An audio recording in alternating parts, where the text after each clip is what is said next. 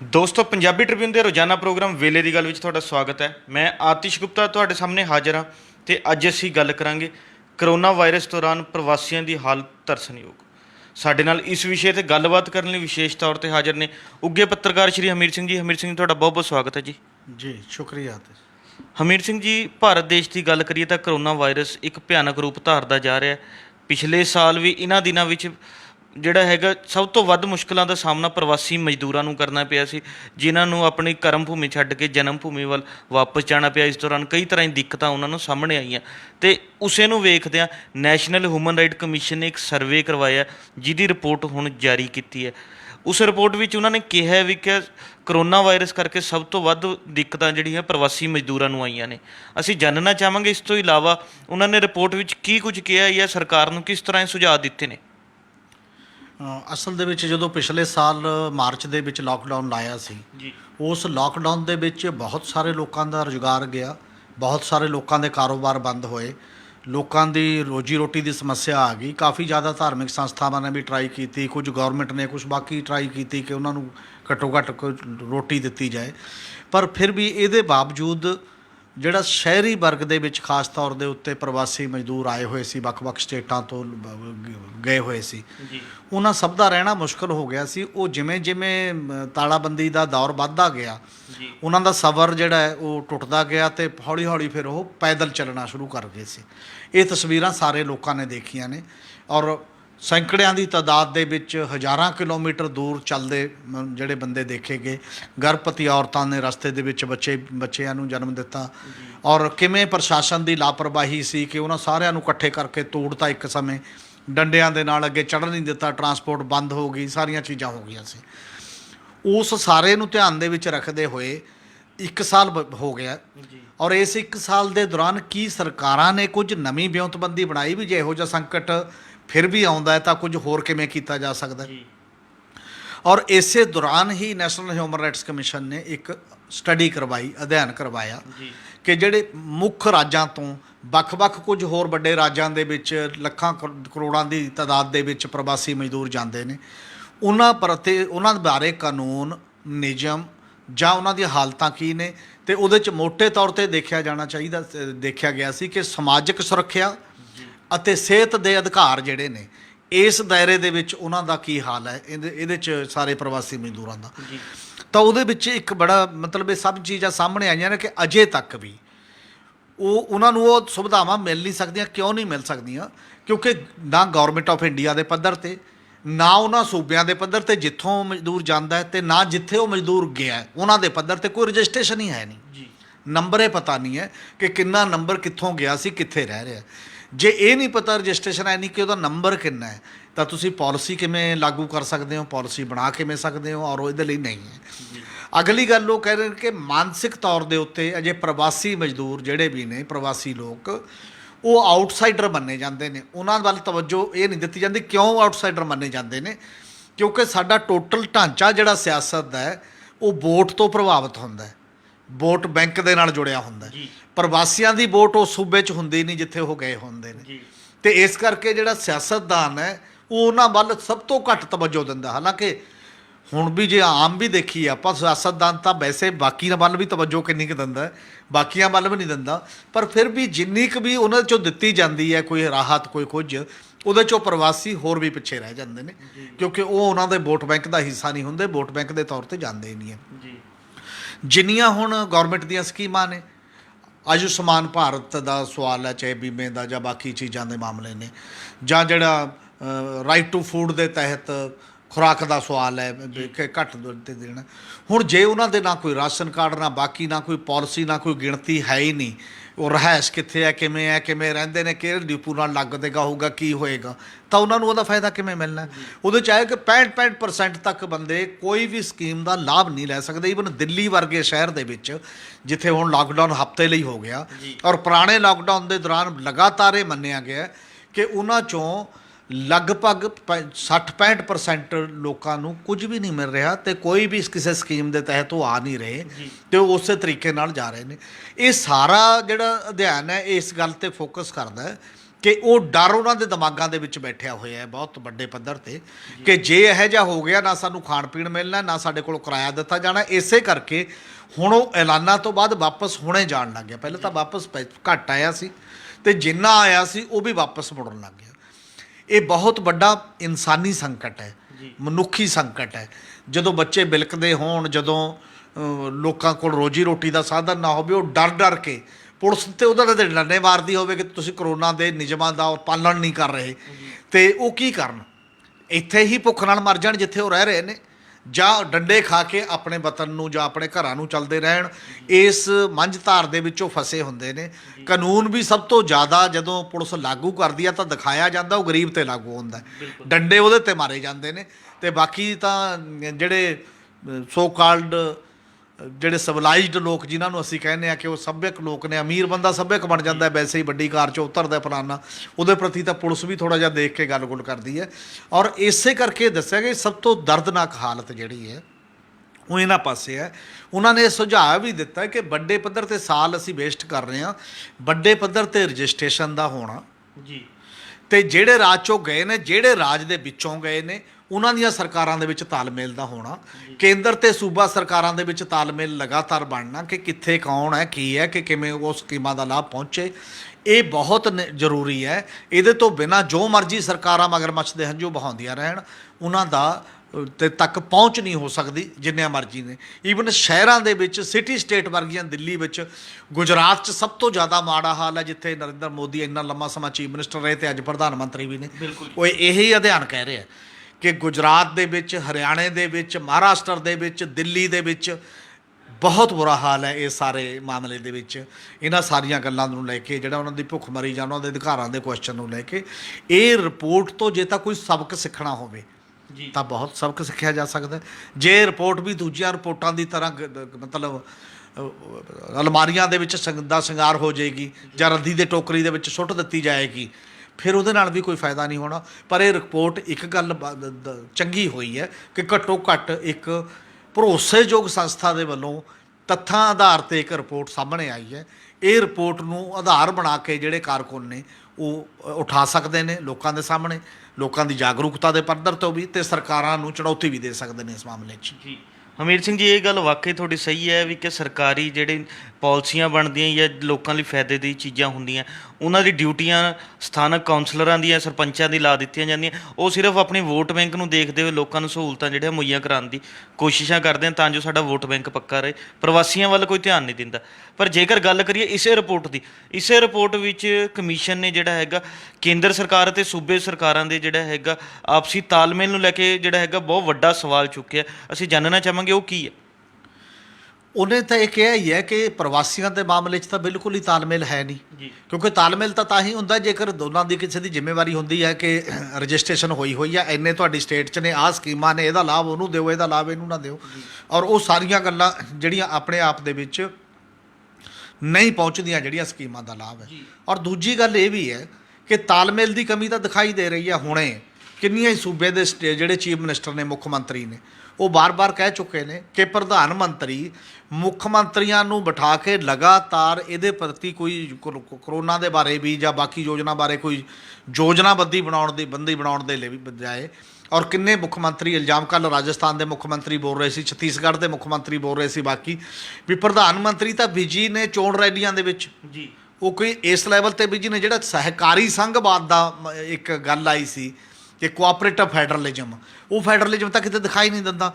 ਔਰ ਜਿਹੜਾ ਕਾਨੂੰਨ ਹੈ ਡਿਜ਼ਾਸਟਰ ਮੈਨੇਜਮੈਂਟ ਦਾ, ਕਰੋਨਾ ਦੇ ਨਾਲ ਡੀਲ ਕਰਨ ਦਾ, ਉਹਨੇ ਇੰਨਾ ਜ਼ਿਆਦਾ ਤਾਕਤਾਂ ਦਾ ਕੇਂਦਰੀਕਰਨ ਕੇਂਦਰ ਦੇ ਹੱਥ 'ਚ ਦੇ ਦਿੱਤਾ। ਉਹ ਜਦ ਮਰਜੀ ਚਾਹੇ ਸਾਰੇ ਦੇਸ਼ 'ਚ ਤਾਲਾਬੰਦੀ ਕਰ ਦੇ, ਜਦ ਮਰਜੀ ਚਾਹੇ ਕੁਝ ਹਟਾ ਲੇ। ਰਾਜਾਂ ਦਾ ਉਹ 'ਚ ਕੋਈ ਰੋਲ ਹੈ ਉਸ ਲੈਵਲ 'ਤੇ ਨਹੀਂ ਕੀਤਾ ਗਿਆ। ਹੁਣ ਵੈਕਸੀਨੇਸ਼ਨ ਦੀ ਗੱਲ ਕੀਤੀ ਜਾ ਰਹੀ ਹੈ। ਵੈਕਸੀਨੇਸ਼ਨ ਦੇ ਮਾਮਲੇ 'ਚ ਰੂਲ ਕੌਣ ਤੈਅ ਕਰਦਾ? ਉੱਥੇ ਬੈਠ ਕੇ ਕੋਈ ਕੇਂਦਰ ਦਾ ਅਧਿਕਾਰੀ। ਰਾਜਾਂ ਨੂੰ ਤਾਂ ਕੇਵਲ ਉਨੀ ਕੁ ਡੋਜ਼ ਉਹ ਕਹਿੰਦੇ ਸਾਨੂੰ ਤਾਂ ਦਿੱਤੀ ਨਹੀਂ ਜਾ ਰਹੀ, ਸਾਡੇ 'ਤੇ ਭਰੋਸਾ ਨਹੀਂ ਕੀਤਾ ਜਾ ਰਿਹਾ, ਸਾਡੇ ਨਾਲ ਕੋਈ ਉਸ ਲੈਵਲ ਦਾ ਰਾਬਤਾ ਨਹੀਂ ਰੱਖਿਆ ਜਾ ਰਿਹਾ। ਜਿਵੇਂ ਰਾਜ ਮੰਗਤੇ ਹੁੰਦੇ ਨੇ ਸੂਬੇ, ਤੇ ਕੇਂਦਰ ਇੱਕ ਦਾਤੇ ਦੀ ਤਰ੍ਹਾਂ ਬੈਠਾ ਹੋਇਆ ਕਿ ਨਹੀਂ ਇੰਨਾ ਹੀ ਦੇਣਾ ਤੈਨੂੰ, ਜਿਵੇਂ ਬੱਚੇ ਨੂੰ ਬਰਾਉਣ ਦੀ ਸਵਾਲ ਹੁੰਦਾ ਜਾਂ ਬਾਕੀ ਹੈ। ਹਾਲਾਂਕਿ ਇਹ ਗੱਲ ਕਲੀਅਰ ਹੈ ਕਿ ਕੇਂਦਰ ਸਰਕਾਰ ਦਾ ਡਾਇਰੈਕਟ ਲੋਕਾਂ ਨਾਲ ਉਹਨਾਂ ਸੰਬੰਧ ਨਹੀਂ ਹੈ ਜਿੰਨਾ ਸੂਬਾ ਸਰਕਾਰਾਂ ਦਾ ਹੁੰਦਾ। ਈਵਨ ਸੂਬਾ ਸਰਕਾਰਾਂ ਤੋਂ ਵੀ ਅੱਗੇ ਜਿੰਨੀਆਂ ਸਥਾਨਕ ਸੰਸਥਾਵਾਂ ਨੇ, ਚਾਹੇ ਉਹ ਲੋਕਲ ਬਾਡੀ ਨੇ, ਚਾਹੇ ਉਹ ਪੰਚਾਇਤੀ ਰਾਜ ਸੰਸਥਾਵਾਂ ਨੇ, ਜਿੰਨਾ ਨੇੜੇ ਦਾ ਸੰਬੰਧ ਲੋਕਾਂ ਨਾਲ ਹੁੰਦਾ ਹੈ ਉਹਨਾਂ ਸੂਬਾ ਸਰਕਾਰਾਂ ਦਾ ਵੀ ਨਹੀਂ ਹੁੰਦਾ। ਜਿੰਨਾ ਪ੍ਰਸ਼ਾਸਨਿਕ ਤੰਤਰ ਨੇੜੇ ਹੇਠਾਂ ਤੱਕ ਜਾਏਗਾ, ਉਹਨਾਂ ਤੱਕ ਹੱਕ ਜਾਣਗੇ, ਉਹਨਾਂ ਤੱਕ ਕੇਂਦਰਤ ਪਹੁੰਚ ਅਪਣਾਈ ਜਾਏਗੀ, ਉਨਾ ਹੀ ਲੋਕਾਂ ਤੱਕ ਕੋਈ ਚੀਜ਼ ਦੀ ਜਿਹੜੀ ਤਸੱਲੀ ਨਾਲ ਪਹੁੰਚ ਹੋ ਸਕਦੀ ਹੈ, ਦੂਜੇ ਤਾਂ ਨਹੀਂ ਹੋ ਸਕਦੀ। ਇਸ ਲਈ ਜਿਹੜਾ ਇਹ ਕੇਂਦਰੀਕਰਨ ਦਾ ਸਵਾਲ ਹੈ ਅੱਜ ਦੇ ਕਰੋਨਾ ਦੇ ਦੌਰ 'ਚ ਵੀ ਬਾਰ-ਬਾਰ ਸੂਬਾ ਸਰਕਾਰਾਂ ਵੱਲੋਂ ਉਠਾਇਆ ਜਾ ਰਿਹਾ।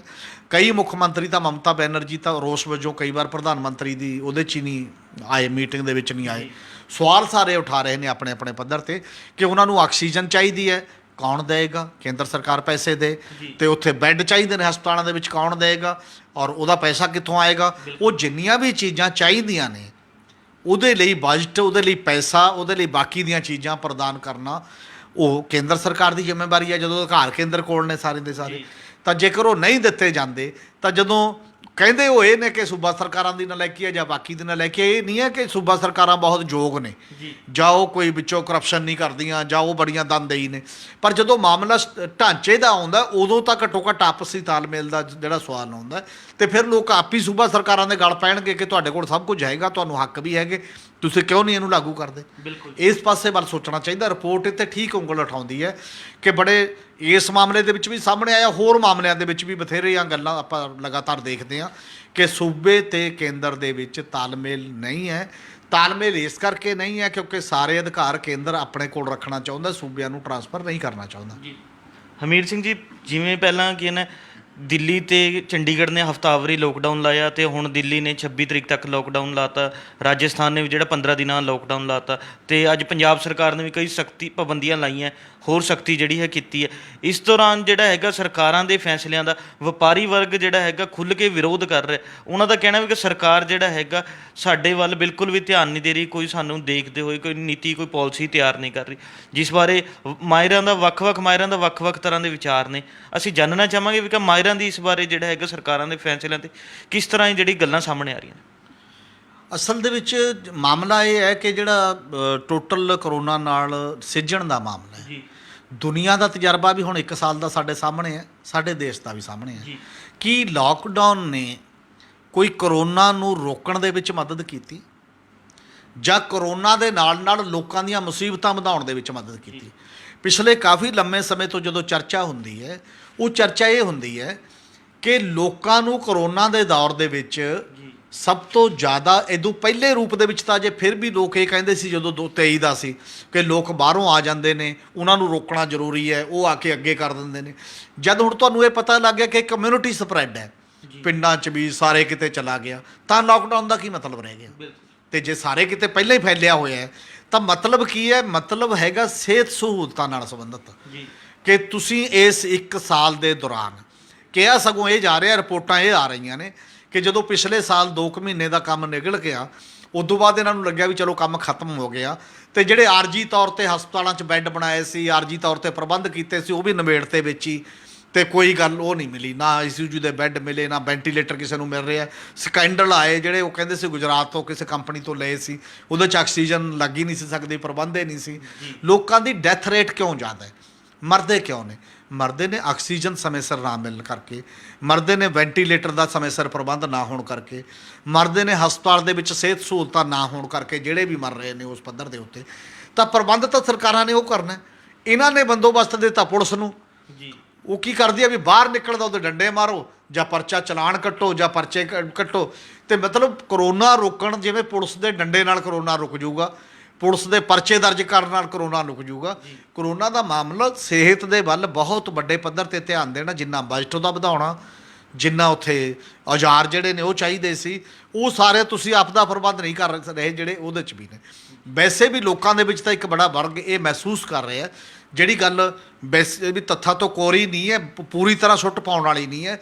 ਤੇ ਜਿਹੜੇ ਇਹ ਕਹਿੰਦੇ ਨੇ ਵੀ ਸਿਆਸਤਦਾਨ ਤਾਂ ਅਸਲ 'ਚ ਕਰੋਨਾ ਨੂੰ ਵਰਤ ਰਿਹਾ ਹੈ ਆਪਣੀਆਂ ਨਲਾਇਕੀਆਂ ਛਪਾਉਣ ਲਈ, ਆਪਣਾ ਹਿੰਦੂਤਵ ਦਾ ਏਜੰਡਾ ਲਾਗੂ ਕਰਨ ਦੇ ਵਾਸਤੇ ਇਸ ਦੇਸ਼ ਦੇ ਵਿੱਚ, ਤੇ ਆਪਣੇ ਉਸੇ ਤਰੀਕੇ ਦੇ ਨਾਲ ਕਿ ਲੋਕਾਂ ਨੂੰ ਡਰਾ ਕੇ ਸਹਿਮ ਕੇ ਤਾਂ ਕਿ ਉਹ ਆਪਣੀਆਂ ਮੰਗਾਂ, ਨਾ ਉਹ ਰੁਜ਼ਗਾਰ ਦੀ ਗੱਲ ਕਰਨ, ਨਾ ਉਹ ਖੇਤੀ ਕਾਨੂੰਨ ਵਾਪਸ ਲੈਣ ਦੀ ਗੱਲ ਕਰਨ, ਨਾ ਉਹ ਆਪਣੇ ਕਾਰੋਬਾਰ ਜਿਹੜੇ ਬੰਦ ਪਏ ਨੇ ਉਹਨਾਂ ਨੂੰ ਚਲਾਉਣ ਨੂੰ, ਉਹਨਾਂ ਨੂੰ ਡਰਾ ਦਿਓ।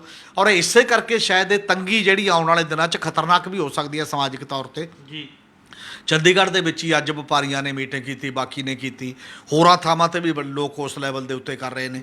ਔਰ ਆਪਾਂ ਸੜਕਾਂ 'ਤੇ ਇਹੋ ਜਿਹੀਆਂ ਵੀਡੀਓਜ਼ ਆ ਰਹੀਆਂ ਨੇ, ਹਰਿਆਣੇ ਦੀ ਇੱਕ ਆਈ ਹੈ ਕਿ ਉਹ ਦੋਨੋਂ ਨੌਜਵਾਨ ਮੁੰਡਾ ਕੁੜੀ ਜਿਹੜੇ ਪਤੀ ਪਤਨੀ ਨੇ ਤੇ ਉਹ ਲੜ ਰਹੇ ਨੇ ਪੁਲਿਸ ਦੇ ਨਾਲ ਕਿ ਅਸੀਂ ਪਤੀ ਪਤਨੀ ਬੈਠੇ ਹਾਂ ਕਾਰ ਦੇ ਵਿੱਚ। ਕਰੋਨਾ ਨਾਲ ਦੀਆਂ ਪਾਬੰਦੀਆਂ ਲਾ ਕੇ ਲੋਕ ਤੁਸੀਂ ਤੰਗ ਕਰਨੇ ਨੇ ਜਾਂ ਲੋਕਾਂ ਦਾ ਸਹਿਯੋਗ ਲੈਣਾ ਹੈ। ਮੰਨ ਲਓ ਜੇ ਘਰ ਦੇ ਵਿੱਚ ਪਤੀ ਪਤਨੀ ਜਾਂ ਬੱਚੇ ਇਕੱਠੇ ਬੈਠਦੇ ਨੇ, ਉਹ ਇੱਕੋ ਕਾਰ 'ਚ ਨੇ, ਉਹਨਾਂ ਦੇ ਸੀਸੇ ਉਸ ਲੈਵਲ 'ਤੇ ਨੇ ਤੇ ਉਹ ਇਕੱਠੇ ਹੀ ਜਾ ਰਹੇ ਨੇ, ਤਾਂ ਤੁਹਾਡਾ ਚਲਾਨ ਕੱਟਣਾ ਜਾਂ ਬਾਰ-ਬਾਰ ਰੋਕਣ ਦੇ ਪਿੱਛੇ ਇਹ ਤੁਕ ਨਹੀਂ ਨਜ਼ਰ ਆ ਰਹੀ ਕਿ ਇਹ ਕਿਉਂ ਪ੍ਰੋਟੋਕੋਲ 'ਚ ਸ਼ਾਮਲ ਕੀਤਾ ਗਿਆ ਕਿ ਜੇ ਉਹ ਵੀ ਦੋਨਾਂ ਦਾ ਮਾਸਕ ਨਹੀਂ ਲਾਇਆ ਤਾਂ ਵੀ ਚਲਾਨ ਕੱਟ ਦਿਓ ਜਾਂ ਚੀਜ਼ਾਂ ਨੇ।